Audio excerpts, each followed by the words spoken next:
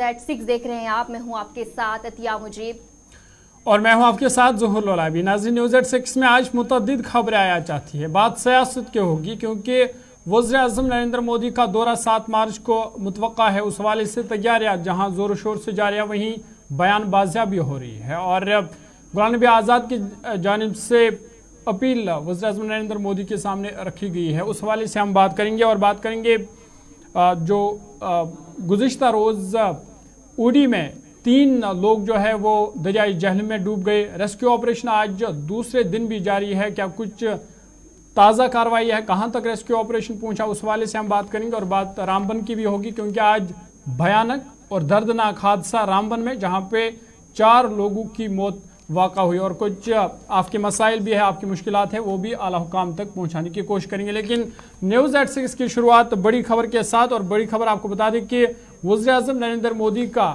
7 मार्च को वादी कश्मीर का दौरा मुतवक्का है, जहां पे वो बख्शी स्टेडियम में एक अवामी जलसे से खिताब करेंगे। और इस हवाले से बीजेपी की जानिब से तमाम तैयारियां जो है वो ज़ोर शोर से जारी है।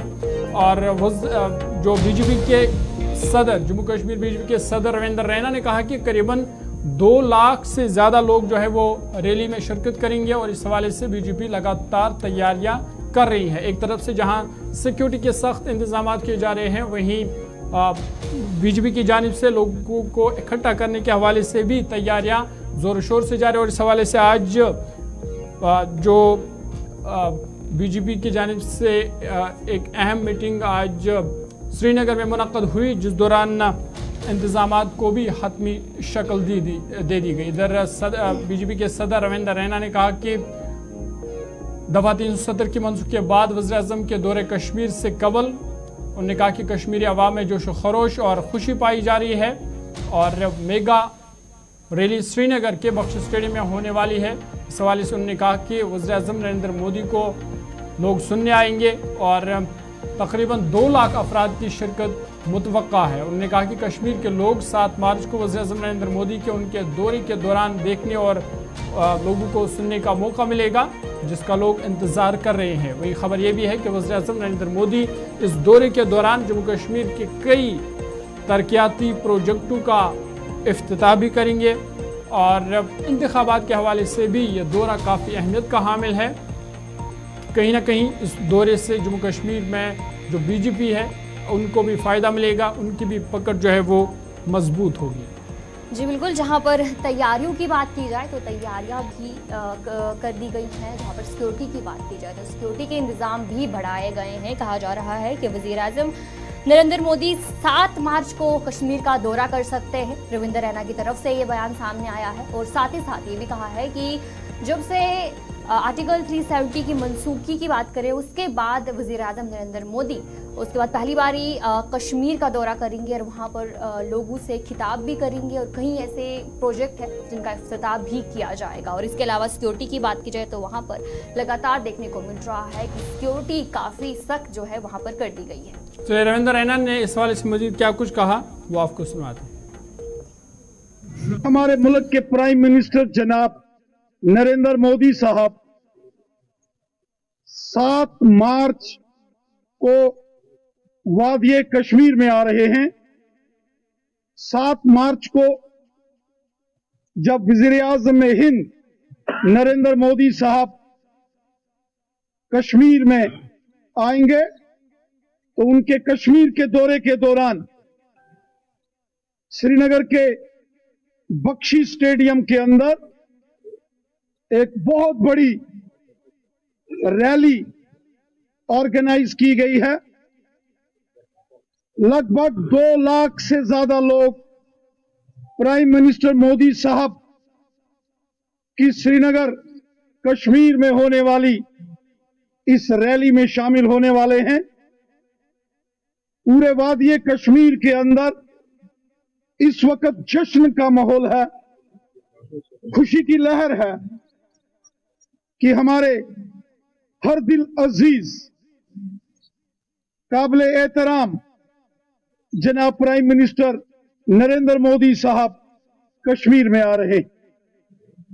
साथियों, हम जानते हैं कि 2003 में जब उस वक्त के प्राइम मिनिस्टर जनाब अटल बिहारी वाजपेयी साहब कश्मीर के अंदर आए थे और एक जन सैलाब उमड़ के वाजपेयी साहब की उस रैली में यहां बख्शी स्टेडियम में आया था, और उसके बाद 2015 में हमारे प्राइम मिनिस्टर जनाब नरेंद्र मोदी साहब की एक जबरदस्त रैली इसी बख्शी स्टेडियम के अंदर, शेर कश्मीर स्टेडियम के अंदर हुई थी।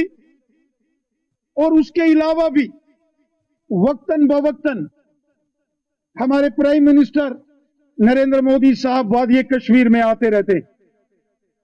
हम सबको याद है 2014 का वो मुश्किल तरीन वक्त जब पूरा कश्मीर सैलाब में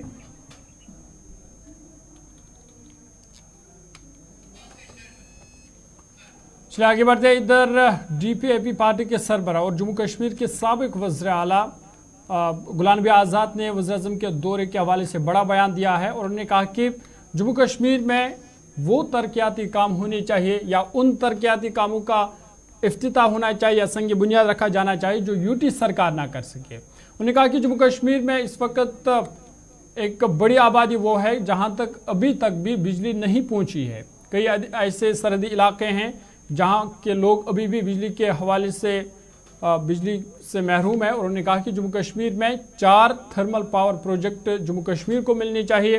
और उन्होंने उम्मीद जताई कि और उन्होंने अपील की वज़ीर-ए-आज़म नरेंद्र मोदी से कि जब वो यहाँ वादी कश्मीर के दौरे पर होंगे तो उन्होंने अपील की कि जम्मू कश्मीर को 4 थर्मल पावर प्रोजेक्ट मिलने चाहिए ताकि जो लोगों को बिजली के हवाले से मुश्किलात का सामना करना पड़ रहा है उसका मुस्तकिल हल निकले और जम्मू कश्मीर के दूर दराज इलाकों तक भी बिजली की सहूलत पहुंच सके।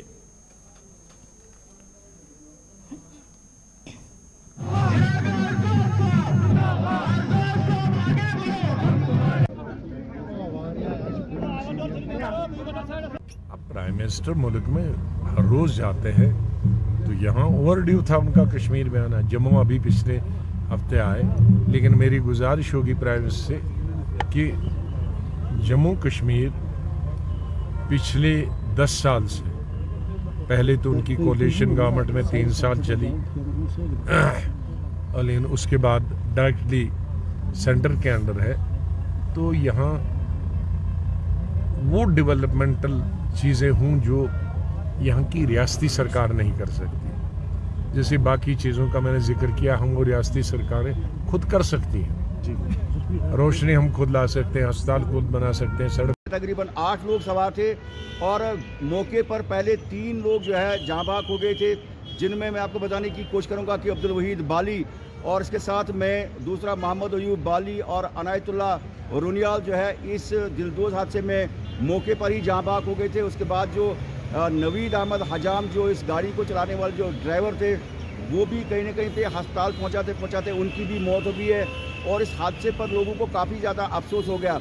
इस हादसे में अनायतुल्ला रुनियाल की एक छोटी सी बच्ची भी जो है वो ज़ख्मी होगी। इसके साथ में एक और खातून और पाकिस्तान का एक शख्स भी इस दिलदोज हादसे में ज़ख्मी हो गया। और मौजूदाती तौर पे एक शख्स ने छलांग मार के खुद की जान बचाई, लेकिन कहीं ना कहीं पे इस हादसे पे लोगों को काफ़ी ज़्यादा अफसोस हो गया।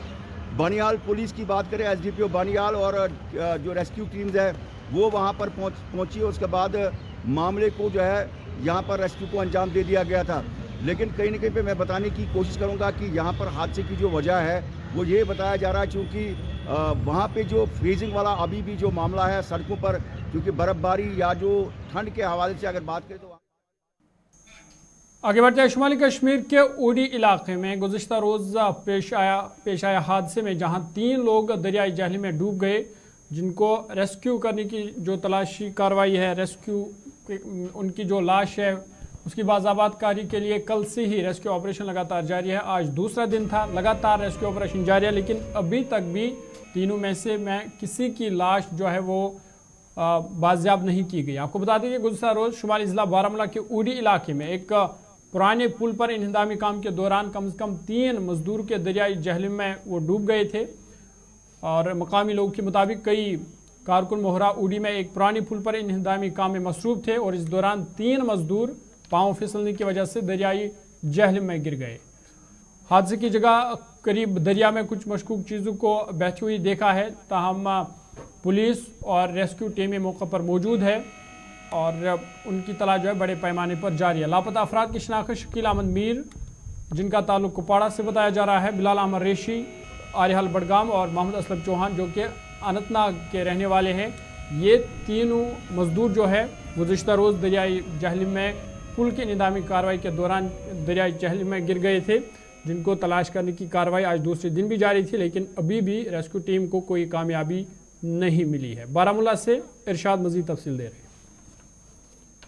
कल दोपहर के बाद मोहरा इलाके में जो इंसिडेंट पेश आया, क्योंकि ये बताया जाता है एक प्राइवेट कंपनी जो इस ब्रिज के ऊपर काम कर रहे थे, जो लोग काम कर रहे थे, हालांकि ब्रिज टूटने के बाद ये जो तीनों शहरी हैं जो कुपवाड़ा और बडगाम साउथ कश्मीर के रहने वाले हैं, ये इस दरियाई जेल में चले गए और उसके बाद जो है काफ़ी कोहराम बर्फा और देखा जाए आसपास के इलाकों के लोग भी वहाँ पे पहुँचे और तब से अभी तक जो है इन लाशों को नहीं निकाला गया, बल्कि इस वक्त जो है रेस्क्यू ऑपरेशन लगातार जारी है। इस वक्त हम बारामूला के सरहदी कस्बा यानी कि ट्रेड फैसिलिटेशन सेंटर के बिल्कुल सामने है और यहाँ पे इस सलामाबाद इलाके की बात करें जहाँ पे NHPC का जो डैम है, यहाँ पे इस वक्त जो है बड़े तादाद में जो है लोग भी आए हैं और जम्मू कश्मीर पुलिस या इसके साथ साथ NHPC के जो अफसरान हैं वो यहाँ पे मौजूद रहे और जो इस दरियाई जेल में चले गए 3 लोग, उनके जो घर वाले हैं, उनके जो रिलेटिव्स हैं वो यहाँ पे आए। फिलहाल इस वक्त बड़े पैमाने पे जो है सर्च जारी है, क्योंकि रेस्क्यू ऑपरेशन जो है आज सुबह से जारी है। यहाँ पे SDRF की जो टीम है वो यहाँ पे आई है और यहाँ पे काफ़ी सारे मुश्किलातों का सामना करना पड़ रहा है, क्योंकि आपको याद होगा पिछले 2-3 दिनों में जो बारिशें हुई, हालांकि बारिशों के साथ साथ ये जो आप देख सकते हैं कूड़ा करकट, काफ़ी चैलेंजिंग समा है इस वक्त यहाँ पे SDRF के लिए। और देखा जाए इस